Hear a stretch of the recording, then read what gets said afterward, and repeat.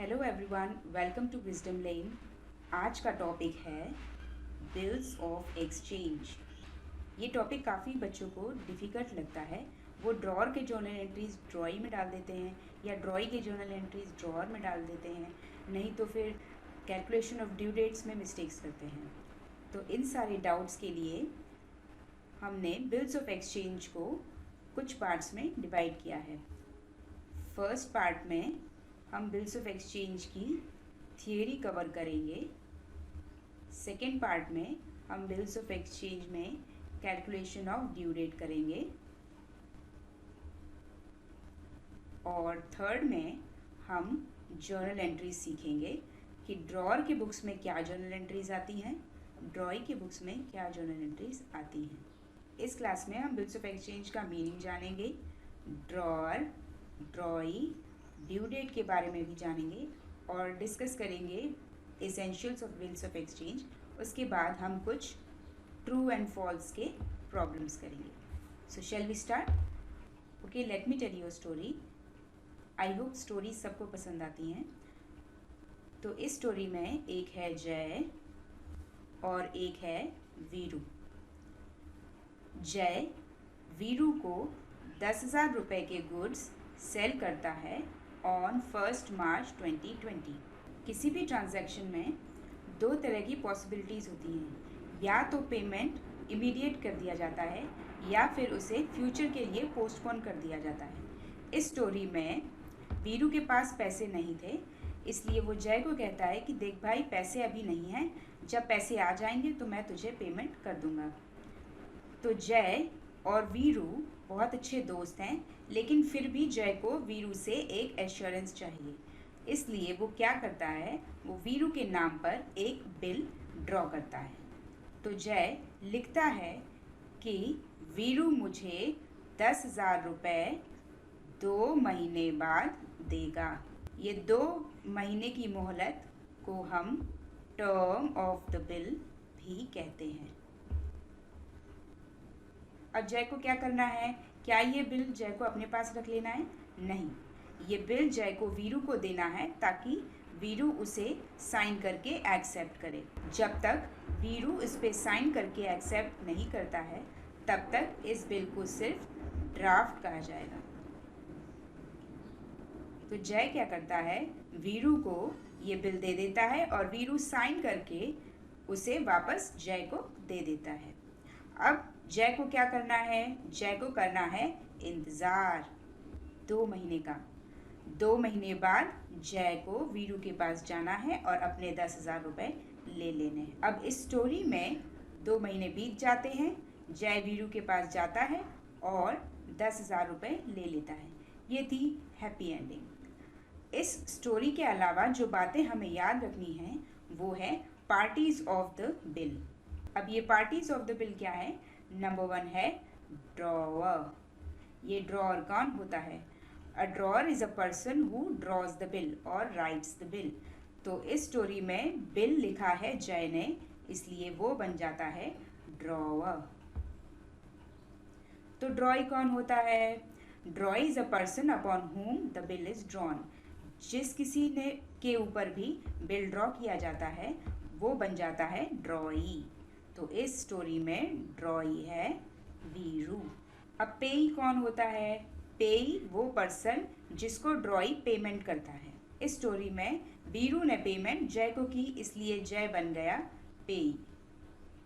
पर ये ध्यान रखिए कि हमेशा ड्रॉअर और पेई सेम पर्सन नहीं होते, वो कभी कभी डिफरेंट पर्सन भी हो सकते हैं। Next is acceptor. ये सिंपल है, अ person who accepts the bill will be acceptor. इस स्टोरी में वीरू ने बिल एक्सेप्ट किया तो वो बन गया एक्सेप्टर। अब ये एंडोर्सी कौन होता है?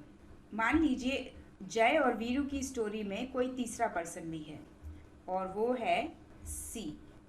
जय क्या करता है, 2 महीने तक का वेट नहीं करता, वो उससे पहले ही अपना बिल सी को ट्रांसफ़र कर देता है। क्यों?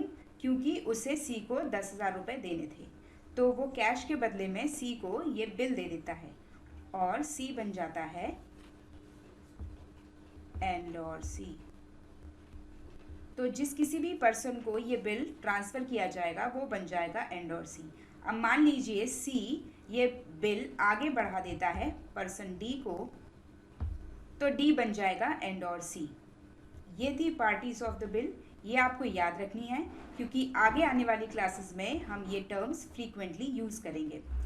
अब देख लेते हैं टर्म ऑफ द बिल के बारे में। तो ये 2 मंथ्स जो है ये टर्म ऑफ द बिल कहलाते हैं, लेकिन नेगोशिएबल इंस्ट्रूमेंट एक्ट कहता है कि टर्म ऑफ द बिल में हमें 3 ग्रेस डेज ऐड करने हैं।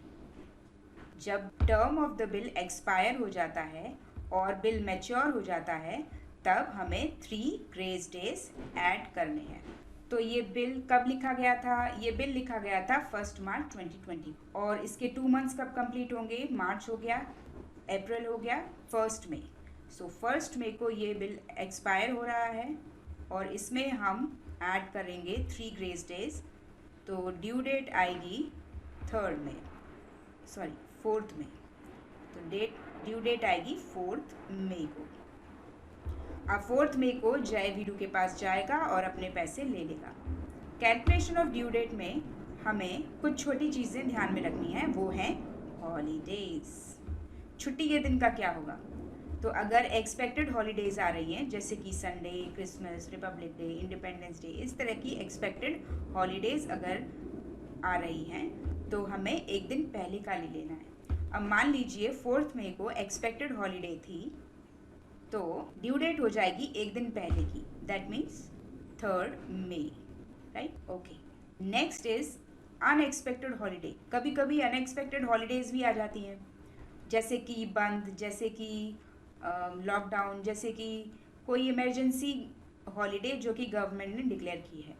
तो अगर 4 मई को कोई अनएक्सपेक्टेड हॉलीडे आती है तो ड्यू डेट आएगी नेक्स्ट वर्किंग डे की। तो ऐसे सिचुएशन में ड्यू डेट हो जाएगी 5 मई। अब मान लीजिए 5 मई को भी छुट्टी है, 5 मई को भी अनएक्सपेक्टेड हॉलीडे है, तो नेक्स्ट वर्किंग डे हो जाएगा 6 मई, राइट? तो जब कभी भी नेक्स्ट वर्किंग डे होगा उस दिन बिल की ड्यू डेट आ जाएगी। तो आ गया समझ में? ये बातें आपको ध्यान में रखनी है, पार्टीज ऑफ द बिल और ड्यू डेट। आगे आने वाली क्लास में हम ड्यू डेट को डिटेल में डिस्कस करेंगे। अभी फ़िलहाल के लिए आप इतना जानिए कि due date, term of the bill क्या होती है। तो चलिए एक नज़र डाल लेते हैं नेगोशिएबल इंस्ट्रूमेंट एक्ट 1881 पे कि वो बिल्स ऑफ एक्सचेंज के बारे में क्या कहता है। बिल्स ऑफ एक्सचेंज की डेफिनेशन समझने से पहले एक इंटरेस्टिंग बात बिल्स ऑफ एक्सचेंज के बारे में हमें जाननी चाहिए। वो है कि ये सिस्टम बहुत पहले से एग्जिस्ट करता था और इसे उस टाइम पे हुंडी कहते थे। तब एक साहूकार दूसरे साहूकार पे हुंडी लिखता था और उसके थ्रू पैसे की रिक्वायरमेंट को पूरा करता था। तो ये हुंडी भी डिफरेंट टाइप्स की होती थी जिसके अकॉर्डिंगली बिजनेस में फंड रेज किया जाता था। तो चलिए डिस्कस करते हैं बिल्स ऑफ एक्सचेंज क्या है। बिल्स ऑफ एक्सचेंज एक इंस्ट्रूमेंट है जो कि राइटिंग में होता है और ये अनकंडीशनल ऑर्डर है जो कि डायरेक्ट करता है सर्टेन पर्सन को पे करने के लिए सर्टेन सम ऑफ मनी, और इसे मेकर को साइन करना पड़ता है। प्लस पेमेंट की क्या सिचुएशन होती है, या तो बिल जब प्रेजेंट किया जाएगा तब उसे पे करना होगा या फिर जब एक certain period of time expire हो जाएगा। अब देख लेते हैं कि बिल्स ऑफ एक्सचेंज कैसा दिखता है। So this is photograph of bills of exchange. कुछ चीज़ें जो आपको नोटिस कर सकते हैं जो कि है stamp, amount, date, person to whom the bill should be paid और इसके मेकर के साइन। तो ये सारी चीज़ें इस पे होती हैं। अब डिस्कस कर लेते हैं essentials of bills. Bills of exchange के एसेंशियल्स जो कि फीचर्स भी कहलाते हैं या कैरेक्टरिस्टिक्स भी आप इसको कह सकते हैं। तो अगर आपको फीचर्स, कैरेक्टरिस्टिक्स या एसेंशियल्स पूछा है तो आप ये सारे पॉइंट्स लिख सकते हैं। फर्स्ट है must be in writing, that's right. ये हमने डेफिनेशन में भी देखा था कि बिल्स ऑफ एक्सचेंज राइटिंग में होता है, ये ओरल नहीं हो सकता, राइट, ये ओरल नहीं हो सकता। This is an order to make payment, yes, ये एक ऑर्डर है। ये जो बिल का मेकर होता है, जो बिल को ड्रॉ करता है या जो बिल को लिखता है, वो ऑर्डर करता है सर्टेन पर्सन को कि वो एक सर्टेन अमाउंट पे करेगा। Next is unconditional order. तो ये जो ऑर्डर है ये अनकंडीशनल होता है, जैसे कि जब बारिश होगी तब पेमेंट किया जाएगा या फिर जब धूप निकलेगी तब पेमेंट किया जाएगा। इस तरह की कंडीशंस बिल ऑफ एक्सचेंज में नहीं हो सकती। नेक्स्ट है payment amount, due date, person must be certain. Payment amount, जो भी बिल का पेमेंट करना है वो अमाउंट स्पेसिफिक होना चाहिए। जैसे कि हमारी स्टोरी में बिल का अमाउंट था 10,000 रुपीज़ और ड्यू डेट थी 2 मंथ्स के बाद, राइट, 2 मंथ्स का टाइम दिया था। और पर्सन कौन था? जय। Next is amount mentioned either payable on demand और on expiry of fix period of time. तो ये डेफिनेशन में भी था कि या तो जब बिल प्रेजेंट किया जाएगा तब पेमेंट करनी होगी ड्रॉई को, या फिर एक्सपायरी ऑफ फिक्स पीरियड, एक फिक्स पीरियड जैसे कि 2 मंथ्स, 3 मंथ्स, 60 डेज, 90 डेज, इस तरह का फिक्स्ड पीरियड होगा, उसके एक्सपायर होने पर बिल की पेमेंट की जाएगी। Next is sine of maker is must. तो जो बिल को बना रहा है, जो बिल को लिख रहा है, उसके साइन ज़रूरी है, मस्ट है, उसके साइन के बिना बिल वैलिड नहीं हो सकता। Last is must have stamp as per requirement of law. जो बिल्स ऑफ एक्सचेंज की पिक्चर हमने देखी थी उसमें भी हमें एक स्टैम्प दिख रही थी, तो ये stamp her bills of exchange पे होनी चाहिए, ये ज़रूरी है। स्टैम्प के बिना बिल्स ऑफ एक्सचेंज सिर्फ एक रद्दी का कागज़ है और कुछ भी नहीं। Let's move on to the next slide, जिसमें हम ट्रू एंड फॉल्स कुछ प्रैक्टिस क्वेश्चंस करेंगे। These are true and false. Let's see हमें ये क्लास कितनी समझ में आई। First is drawer and payee can be same person. क्या drawer and payee same person हो सकते हैं? Right, drawer and payee same person हो सकते हैं। This is true. Second, the person who writes the bill is called ड्रॉई। क्या ये सही है? जो भी पर्सन बिल ड्रॉ करता है क्या वो ड्रॉई कहलाता है? नहीं, वो ड्रॉई नहीं, वो ड्रॉअर कहलाता है। तो this is false. Bills of exchange is a promise to make payment. Is it a promise? No, bills of exchange promise नहीं, वो ऑर्डर होता है, राइट, सो ये भी फॉल्स है। The stamp on bills of exchange is not necessary. क्या bills of exchange में stamp ज़रूरी नहीं है? No, it is mandatory, it is must, वो होनी ही चाहिए, उसके बिना बिल्स ऑफ एक्सचेंज एक रद्दी का कागज़ है।